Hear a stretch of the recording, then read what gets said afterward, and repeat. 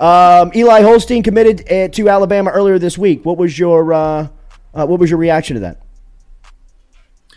My reaction was surprised and not surprised. I mean, for a while we had heard about how Eli Holstein was probably going to end up at Alabama.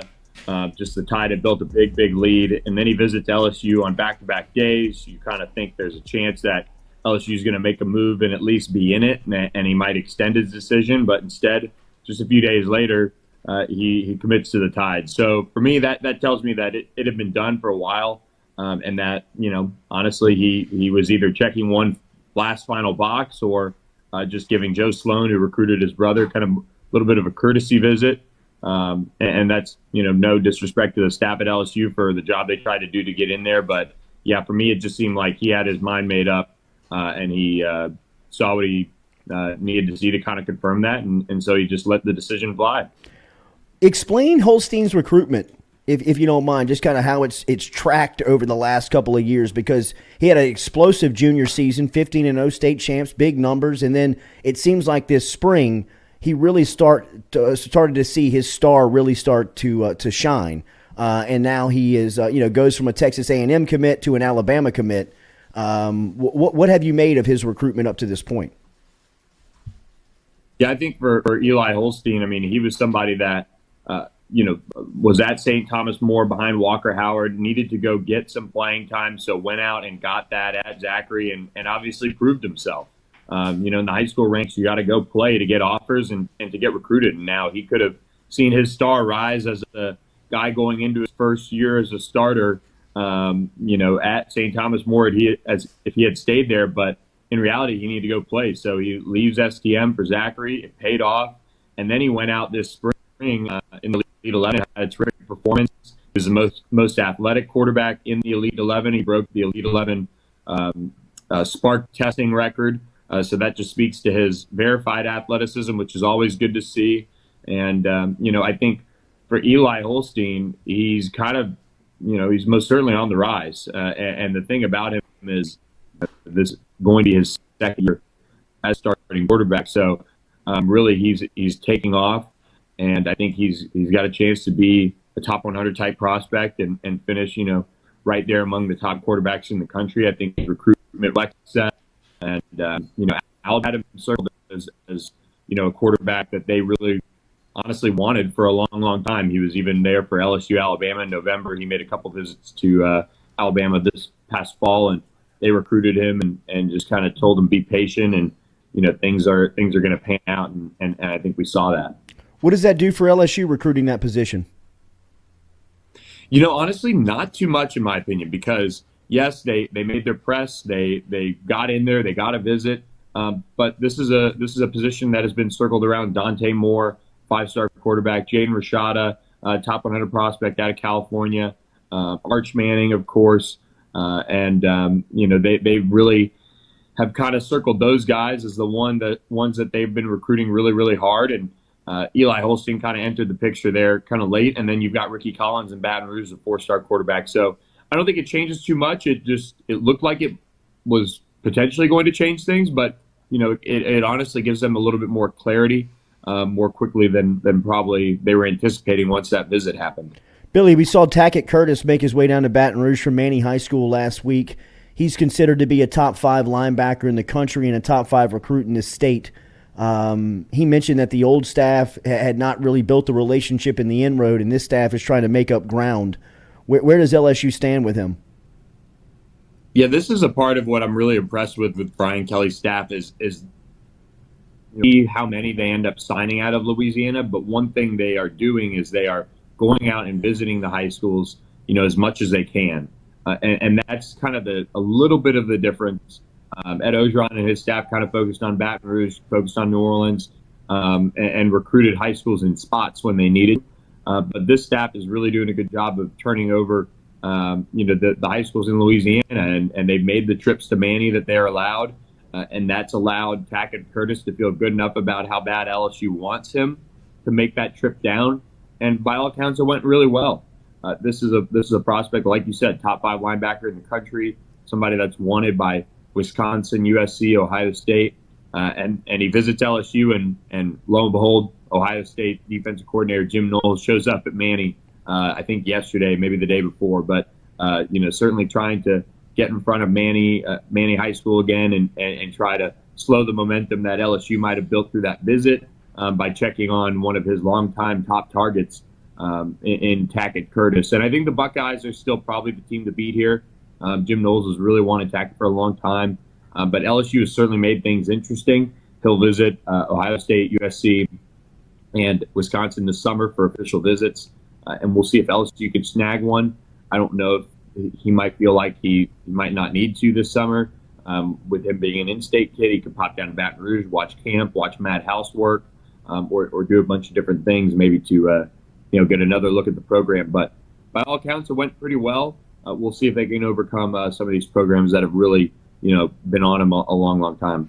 How do you feel about LSU in the sense of recruiting Louisiana this cycle? I think all in all, it was probably, maybe like a B- C+ effort for what they had last year. I know there was a ton of transition from coaching staff, so they were behind the 8 ball. But as far as the state's talent was concerned, they didn't capitalize on the class of 2022 with what was happening there. The class of 23 seems not as talented, but it's not far off.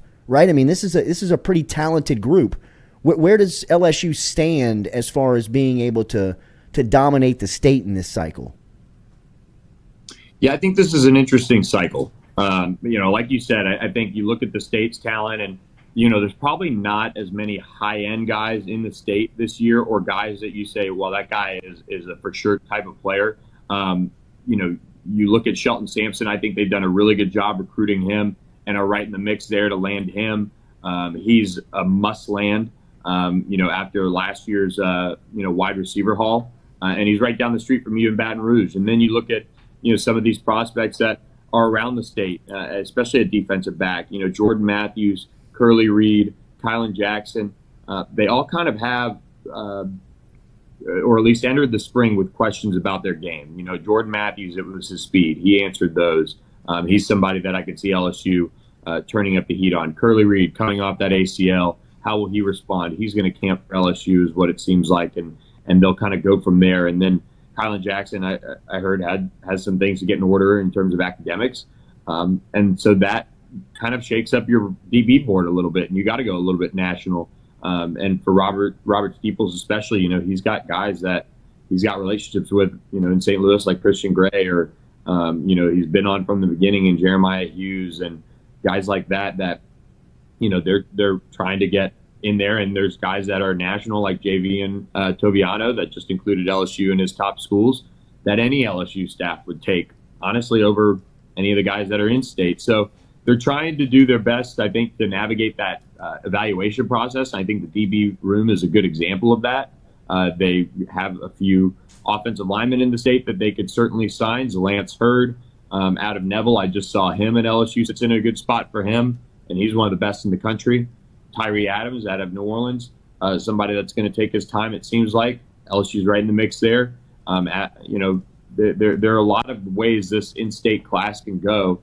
And in Baton Rouge, it looks like they're slowly making their way in to land a lot of these guys like Shelton Sampson, Jaden Osbury, Caleb Jackson, guys like that. But I would say the state, probably outside of a couple, has some prospects that are a little bit of you need to evaluate them, make sure you've really checked your boxes with them before going all in. And I think the staff overall with this recruiting class has kind of done that, whether it be national players or local guys. And that's a good thing. The class is kind of building. We'll see where it stands after the 4th of July. I think that could be a big day for LSU's class as far as building it goes. And who knows, maybe some of these guys pop over the summer once they get on campus for camps and things like that. One of the latest national guys that LSU seems to be hot on is Jackson Howard, an edge rusher and a tight end out of Minneapolis. You have a piece up on Howard right now over at On3. Where does LSU stand on Howard, and how have you seen them extend their reach nationally throughout this class? Yeah, I really like where LSU stands with Jackson Howard, the number 1 player in Minnesota. He has had a long-standing relationship with Jamar Cain, who's recruiting him to play that edge jack spot for LSU. It dates back to when Jamar Cain was at North Dakota State. And then he played a part in Jackson Howard getting his first offer from Arizona State, putting him on the map. So the family is really comfortable with Jamar Cain. That has really been the thing that stood out the most.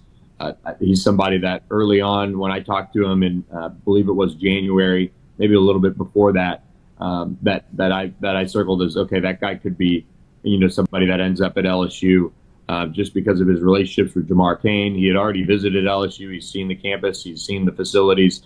He was impressed. He was interested. And that only, improved when Jamar Cain and Brian Kelly took over at LSU. They are battling some interesting competition. You've got Miami in there, and they're doing a really good job recruiting. Michigan is a player for him without a doubt. And then, maybe you can't count out the Gophers up there in Minnesota to keep them at home. But I think LSU sits in a really, really good spot. Wouldn't shock me at all if he commits over the summer. And again, kind of nationally, that's the way it is with this defensive line group for the most part. There's some in-state guys like Tadarius Collins, Ashley Williams at Zachary that could end up getting offers from LSU. But this national recruiting at the defensive line position has really been impressive. LSU sits in a really good spot for a lot of these prospects. Just kind of scatter shooting Deshaun Womack, Xavier McLeod, Jordan Hall. They're going to shoot for the big fish as well that are out there, and some of these guys will take their recruitments out to the end, and LSU will try to hang around and see if they can land a couple difference makers late. We talked to David Brewerton, Zachary's head coach, yesterday here, and Eli Holstein obviously dominated the conversation just with the latest news there. And his roster, you mentioned the defensive end, Ashley Williams, that's going into another season up there in Zachary. But their safety, Kylan Jackson, seems to be a star on the rise. Where is his recruitment at right now?